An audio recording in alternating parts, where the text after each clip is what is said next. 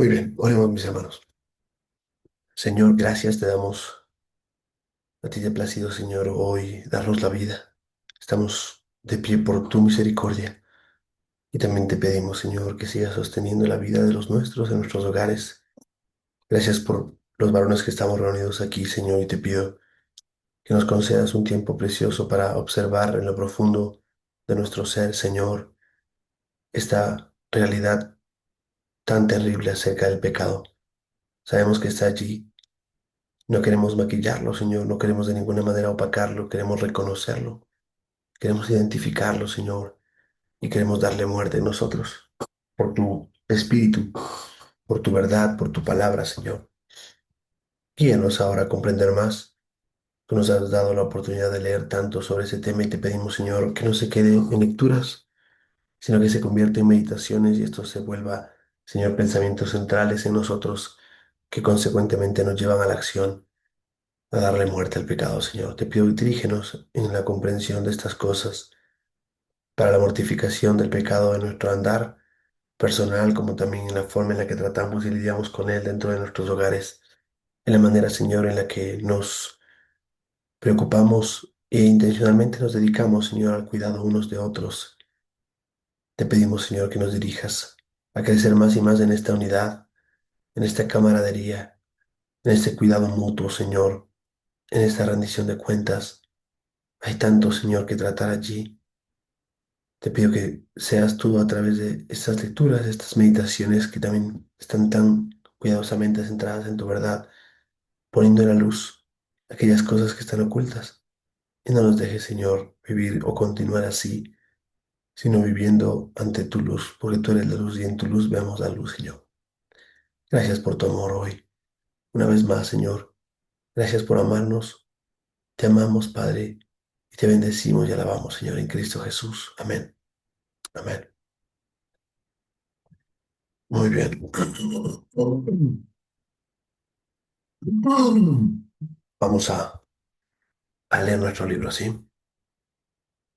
Todos bienvenidos por acá. Isaac, Marquito, Robert, Alan, bienvenidos. Aquí están los mensajitos, estoy leyendo aquí. Y me voy a acercar al libro ya. Déjenme ver si creo que tengo ya el libro aquí, no en papel solamente, sino ya en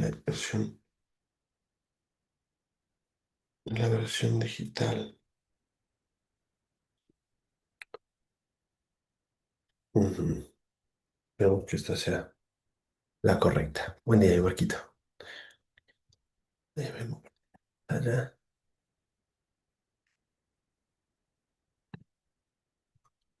Ok, espero pueden ver aquí lo que tenemos.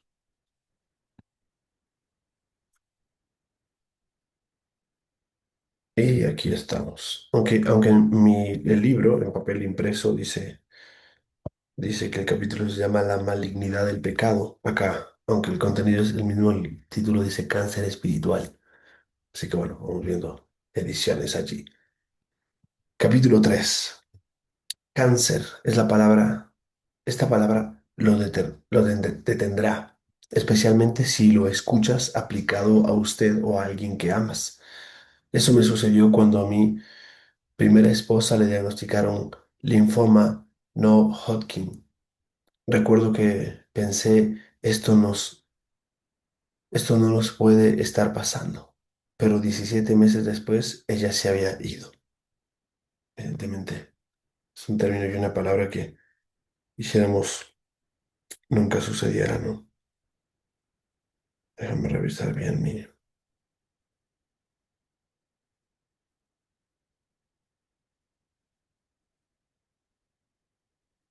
Ujú, sí, sí, es diferente. Es distinto del... Sí, voy a leerte mi libro aquí en papel, ¿ya? Por la diferencia de estilo y de edición. Muy bien, acompáñenme allí. Les invito a que acompañen con su cámara encendida para poder verlos. Voy a leerte en el libro de papel.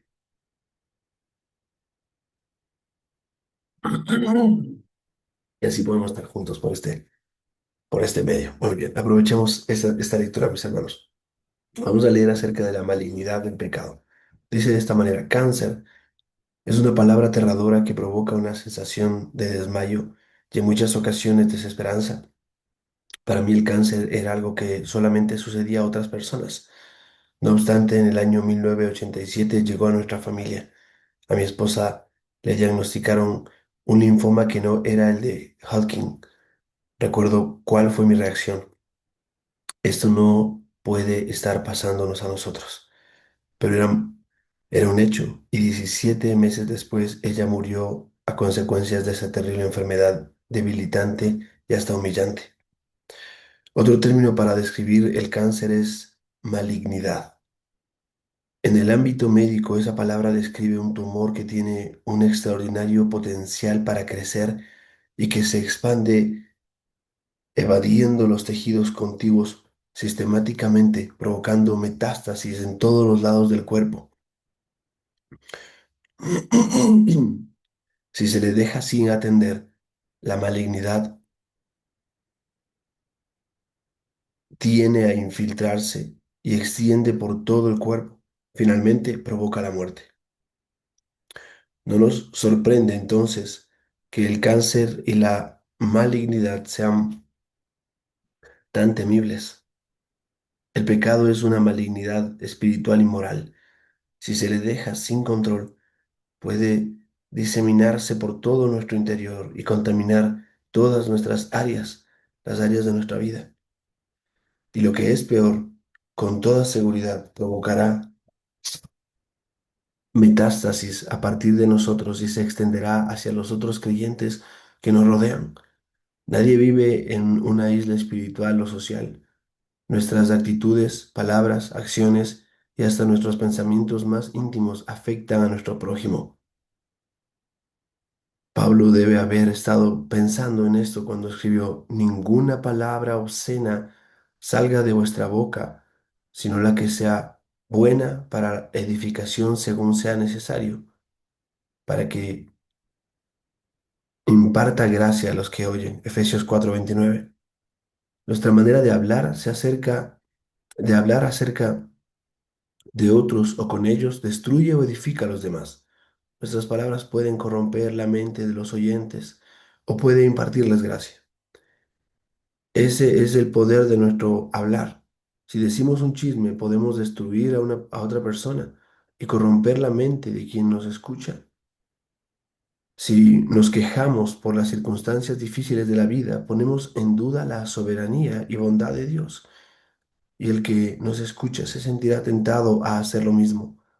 De esa manera, nuestro pecado provoca una metástasis en el corazón de alguien más. Sin embargo, el pecado es mucho más que un hecho incorrecto, palabras hirientes o pensamientos malignos que nunca expresamos abiertamente. El pecado es un principio o fuerza moral que se anida en nuestro corazón y ser interior. Nuestros hechos, palabras y pensamientos pecaminosos son la expresión externa del principio del pecado que mora dentro de nosotros, aún en quien hemos sido renovados. El apóstol Pablo, el apóstol Pablo llama a este principio la carne o naturaleza pecaminosa, como se describe en algunas traducciones de la Biblia. Este principio llamado la carne es una realidad tal que Pablo habla de ella como si se tratara de una persona. Puedes observar Romanos 7:8 al 11, Gálatas 5:17. La siguiente es una gran verdad que necesitamos entender muy bien. Aunque nuestros corazones han sido renovados y hemos sido liberados del dominio absoluto del pecado, y aunque el Espíritu de Dios mora dentro de nuestros cuerpos, el principio del pecado todavía nos acecha por dentro y libra una guerra contra nuestras almas. Si no reconocemos en realidad, si no reconocemos esta realidad desastrosa, estamos abandonando una tierra fértil donde crecerá y florecerán nuestros pecados respetables o aceptables. Lo que somos, aquellos que somos creyentes, tendemos a evaluar nuestro carácter y conducta con base en el comportamiento moral de la cultura en la que vivimos, puesto que por lo general vivimos bajo una norma moral más alta que la de la sociedad. Es muy fácil sentirnos bien con nosotros mismos y asumir que Dios siente exactamente lo mismo. No resistimos, nos resistimos realmente a reconocer la realidad de que el pecado todavía mora en nosotros. Lo veíamos la semana pasada, ¿no? Cómo se ha normalizado el pecado y pensamos no es tan malo. Pero aquí es mucho peor, nos resistimos a pensar siquiera que el pecado mora en nosotros. Una de las verdades más comunes acerca del cáncer es que a veces crece sin ser detectado hasta que alcanza una etapa crítica y entonces se vuelve fatal.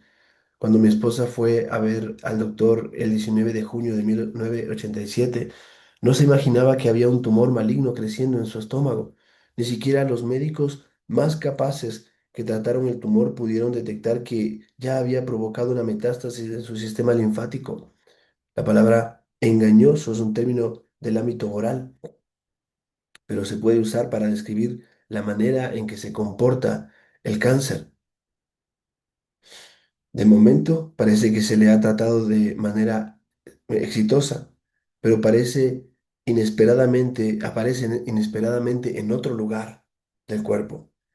El cáncer es una buena analogía para entender la manera en que opera el pecado en nuestras vidas, especialmente cuando nos referimos al que aceptamos y consentimos.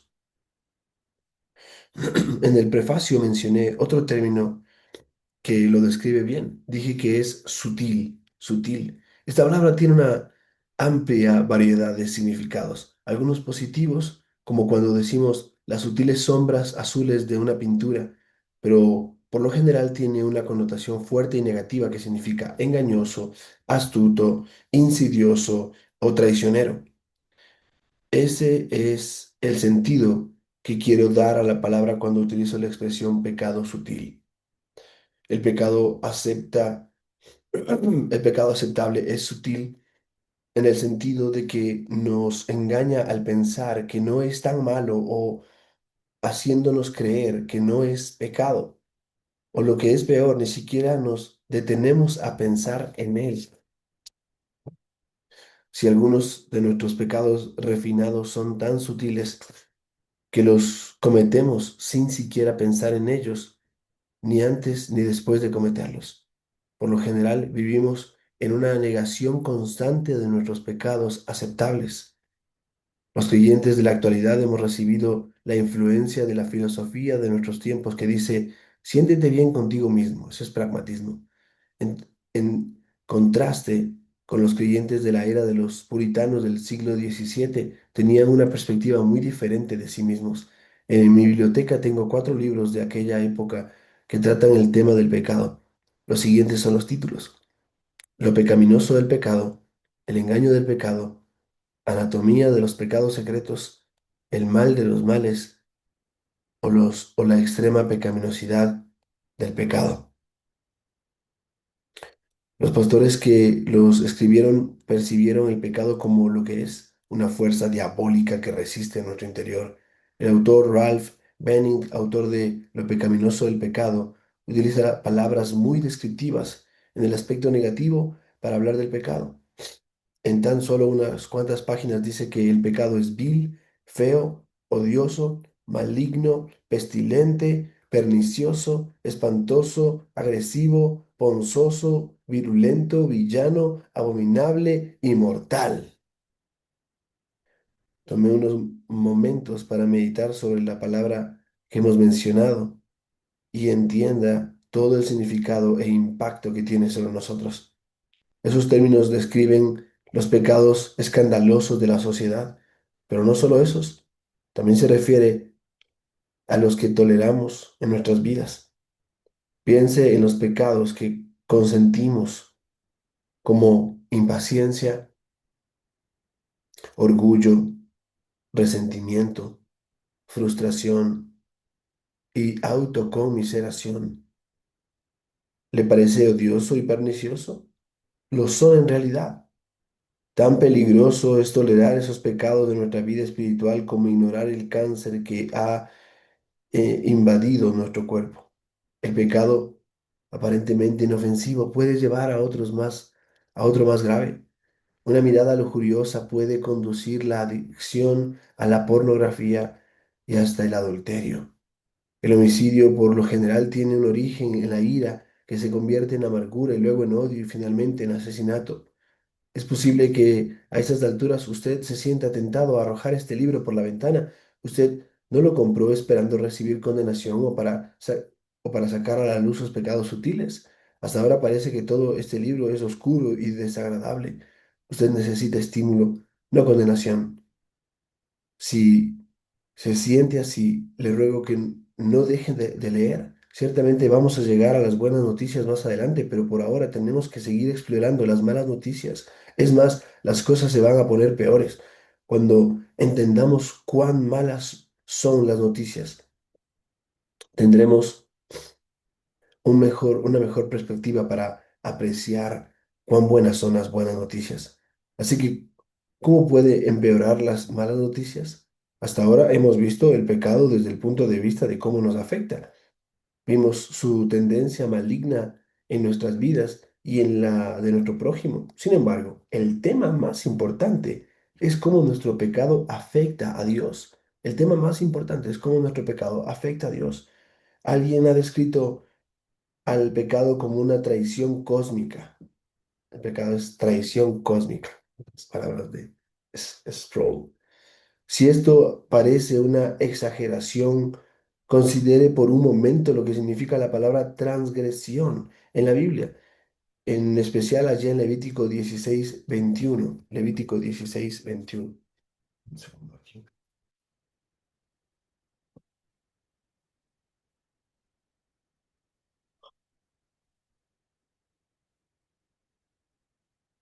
Muy bien. Si tiene alguien su Biblia allí, les pido por favor acérquese a Levítico 16:21 un momento y vamos a leer ese texto. Si alguien lo puede leer por mí, me sería de mucha utilidad, mucha ayuda. Y y pondrá Aarón sus dos manos sobre la cabeza del macho cabrío vivo y confesará sobre él todas las iniquidades de los hijos de Israel, todas sus rebeliones y todos sus pecados, poniéndolos así sobre la cabeza del macho cabrío, y lo enviará al desierto por mano de un hombre destinado para esto. Gracias, mi Ara. Bueno, evidentemente tenemos aquí una disposición y una responsabilidad de los sacerdotes en el antiguo pacto. Recordarán que los sacrificios del antiguo pacto no era un animal solamente, sino que en el contexto de los sacrificios expiatorios, como el hecho de llevar a cabo, em, se necesitaba dos animales, estaba el macho cabrío y estaba el cordero. Entonces el macho cabrío era aquel que recibía simbólicamente sobre sí todos los pecados y era dejado para que se pierda, se vaya hacia el desierto, se aleje. El pecado era imputado sobre este animal y se alejaba. Pero luego estaba el cordero y era aquel que recibía el castigo en ese sentido. Y vamos a leer lo que dice aquí Jerry Bridges. Él dice, su significado es rebelión contra la autoridad, es en este caso la del Señor. Así que cuando digo un chisme, me estoy rebajando contra Dios. Déjenme simplemente estar en tono con este texto.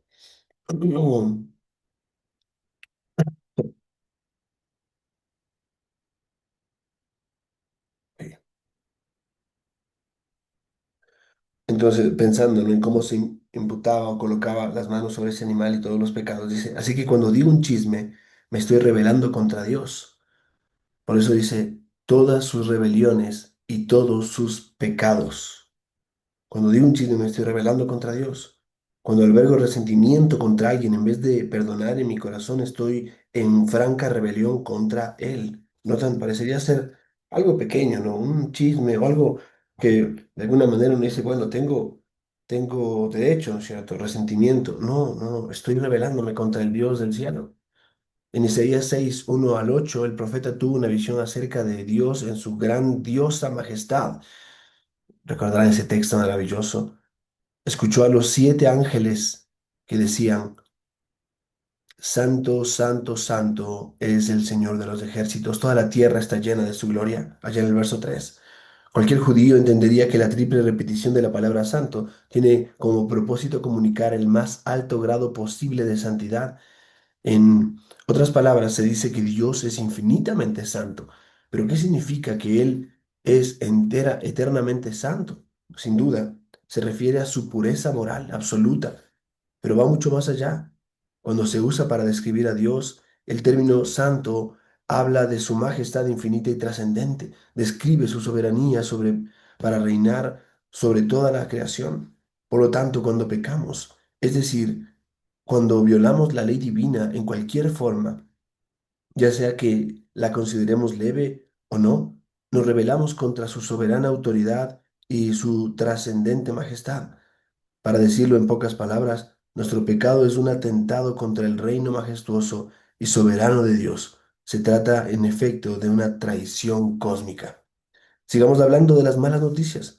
Recuerda la historia del adulterio de David con Betsabé, seguido de su ardid para que Urías, su esposo, el esposo de Betsabé, muriera para cubrir así su pecado. ¿Recuerdan esa historia? Esto es terrible.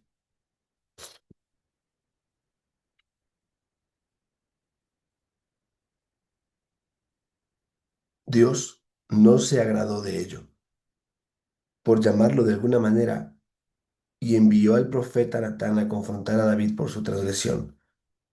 Y aquí las palabras de Natán. Escuchen lo que Natán dijo en este caso.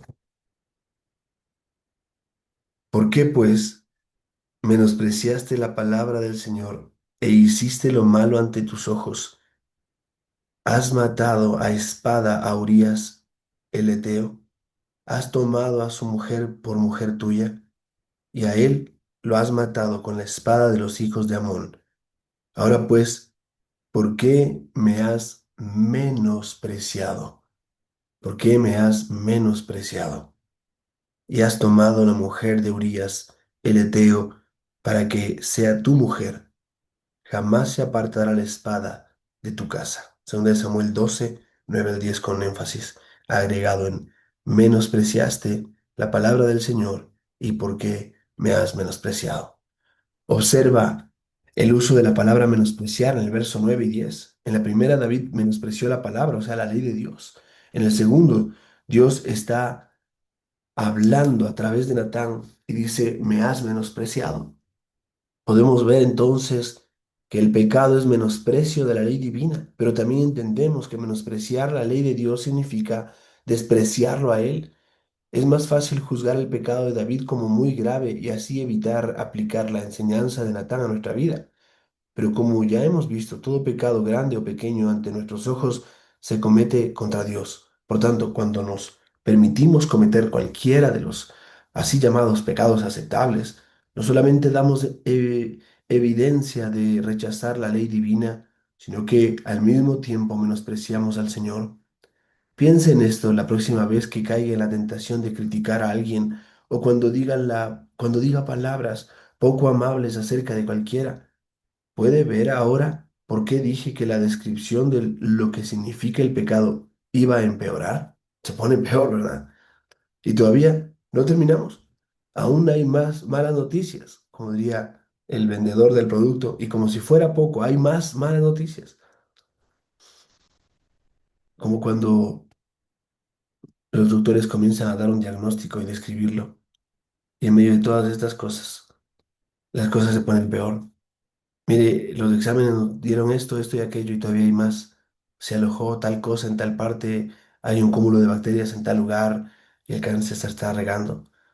No sé si han tenido la oportunidad de ver cómo funciona ese tema del cáncer a manera celular, pero cuando una célula, que en este caso es parte de un tumor, se encuentra a punto de comenzar a viajar por el torrente, sea sanguíneo o cualquier otra célula, ese es un punto muchas de las veces de no retorno. Quizás el cáncer se alojó en algún lugar, en algún órgano, en alguna parte y entonces está allí y quizás es imperceptible. Después toma fuerza, pero cuando una célula abandona ya la matriz, por así decirlo, esa célula cancerígena, ya no hay punto de retorno. Aún hay más malas noticias. En el contexto de exponer el pecado en nuestras relaciones con otros, puedes observar Efesios 4 25 al 32 y quiero pedirle a otro varón aquí entre nosotros que pueda leer ese texto. Podemos aprovechar estas lecturas y leer algunos textos juntos de la palabra del Señor también. Efesios 4:25 al 32. Mientras tanto, también les animo y estimulo a que podamos vernos aquí y podamos estar conectaditos. Háganle bien a este pastor al permitirnos ver nuestros rostros de esta manera. ¿Quién Amén, tiene pastor. Efesios? Muy bien. Del 25 al El 32, mi marquito amado. 32, ¿verdad? Ya. Buenos días, hermanitos. La palabra del Señor dice, por lo cual, desechando la mentira, hablad verdad cada uno con su prójimo, porque somos miembros los unos de los otros. Airaos, pero no pequéis, no se ponga el sol sobre vuestro enojo, ni deis lugar al diablo. El que hurtaba, no hurte más, sino trabaje, haciendo con sus manos lo que es bueno, para que tenga que compartir con el que padece necesidad. Ninguna palabra corrompida salga de vuestra boca, sino la que sea buena para la necesaria edificación, a fin de dar gracia a los oyentes. Y no contristéis al Espíritu Santo de Dios, con el cual fuisteis sellados para el día de la redención. Quítense de vosotros toda amargura, enojo, ira, gritería y maledicencia y toda malicia. Antes, sed benignos unos con otros, misericordiosos, perdonándoos unos a otros, como Dios también os perdonó a vosotros en Cristo. Amén. Amén. Pablo dijo, y no entristezcáis al Espíritu Santo de Dios, en quien fuisteis sellados para el día de la redención. ¿Lo pueden ver allí? Ese es el verso 30. Cuando consideramos que nuestro pecado es rebelión contra la autoridad soberana de Dios y que al cometerlo menospreciamos su ley y su persona, estamos viendo a Dios ejerciendo su rol como nuestro gobernador y nuestro juez. Pero cuando vemos que nuestros pecados contristan al Espíritu Santo, es decir, que contristan a Dios, estamos viendo a Dios como nuestro Redentor y Padre.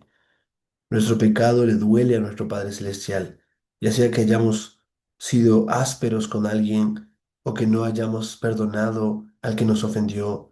De cualquier manera, el corazón de nuestro Padre se aflige. Entristecemos a nuestro Padre Celestial con nuestro pecado, pero además damos por sentado que merecemos su gracia. Pablo escribió que Dios nos ha perdonado de nuestros pecados, según las riquezas de su gracia. Y alguien puede leer Efesios 1:7, por favor, hay alguien que esté allí también con su Biblia allí a la mano. Efesios 1:7. Amén, hermano. Aquí está. Muy bien, Efesios 1:15 dice, en quien tenemos redención por su sangre, el perdón de pecados, según las riquezas de su gracia. muy bien. Esta es una verdad afirmativa con respecto a lo que Cristo nos ha dado a través de su sangre, las riquezas de su gracia. Si esta es una bendita verdad, en verdad lo es, pero el pecado, como es un engaño sutil, sugiere que no importa que digamos malas palabras o que alberguemos resentimientos, de todos modos, Dios ya nos ha perdonado. Se dan cuenta cómo era el pecado, ¿no? Es tan sutil que nos hace pensar, total, en su sangre ya somos perdonados, así que no importa cómo yo actúe o me conduzca o de qué manera hable. Ese es el problema de la sutileza del pecado. Sin embargo, el perdón no significa que podamos ignorar o tolerar nuestro pecado. Dios nunca hace eso. Es más, el Señor siempre juzga el pecado. Pero en nuestro caso, es decir, el de todos los que hemos creído en Jesús como nuestro Salvador, Dios ya ha castigado nuestros pecados en la persona de su Hijo. El profeta Isaías escribió, todos nosotros nos descarriamos como ovejas, cada cual se apartó por su camino, pero el Señor cargó en él el pecado de todos nosotros. Isaías 53:6. ¿Cómo podemos dar por sentado la gracia de Dios tolerando el pecado que llevó a Jesús a la cruz? Considere a continuación que todo pensamiento, palabra y obra pecaminosa que hagamos, lo hacemos en la misma presencia de Dios. David escribió en el Salmo 139, versículos 1 al 4, oh Señor, tú me has examinado y conocido. Tú conoces cuando me siento y cuando me levanto. Desde lejos entiendes mi pecado. Mi caminar y mi acostar me has considerado. todos mis caminos te son conocidos, pues aún no está la palabra en mi lengua ya, y tú, oh Señor, ya la sabes toda, ya la sabes toda. Dios conoce nuestros pensamientos, escucha nuestras palabras aún antes de decirlas y ve todo lo que hacemos. También escudriña nuestras motivaciones, pues Pablo escribió que cuando el Señor venga en 1 Corintios 4:5, hará evidentes las intenciones de los corazones.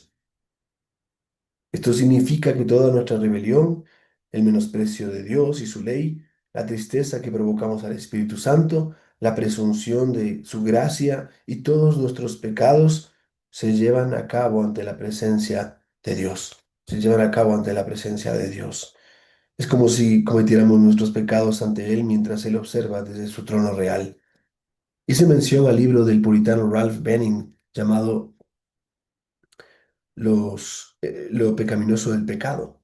El título suena a redundancia o vana repetición, pero como ese título, el autor estaba tratando de puntualizar algo muy importante, lo cual lo define de esta manera. Al contrario, siendo que Dios es santo, todo santo, solo santo, completamente santo y siempre santo, así el pecado es pecaminoso, todo pecaminoso, solo pecaminoso, completamente pecaminoso y siempre pecaminoso. No importa si nuestro pecado es escandaloso o respetable. Todo pecado es pecaminoso, solo pecaminoso y completamente pecaminoso.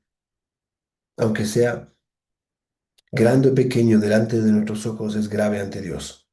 El Señor perdona nuestro pecado porque Cristo derramó su sangre por él, pero no lo tolera. Más bien, cada transgresión que cometemos, aun el pecado sutil en el que ni pensamos, fue puesto sobre Cristo al llevar en sí la maldición de Dios en nuestro lugar. Por sobre todas las cosas, en esto es lo que radica en la malignidad del pecado. Cristo tuvo que sufrir por causa de él. Entonces, esas son las malas noticias acerca de nuestro pecado. ¿Cómo podemos ver es real y terriblemente malo?